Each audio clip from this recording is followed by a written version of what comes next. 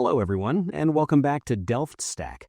In today's video, we'll show you how to change your font style in Facebook Messenger. So it's a very simple process. So without wasting any more time, let's jump right in. Now, in order to change the font, you will have to change the font for your entire phone. You cannot change the font specifically in Facebook Messenger, and I'll show you exactly how to do that. Just go back to your home screen, then go to your settings. Now look for Display. Now scroll down and look for Font. In the font section, you should be able to see a bunch of fonts, as you can see right over here. Now choose the font that you like, and after that, if it is free, just simply install the font and click on Apply, and then reboot your device. And after the reboot, the font will be applied to your Messenger and your entire phone as well. So that's it.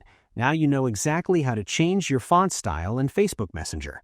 I hope you found this guide helpful. If you did, please give this video a thumbs up, share it with your friends, and subscribe to the channel for more helpful videos. So thank you for watching, and take care.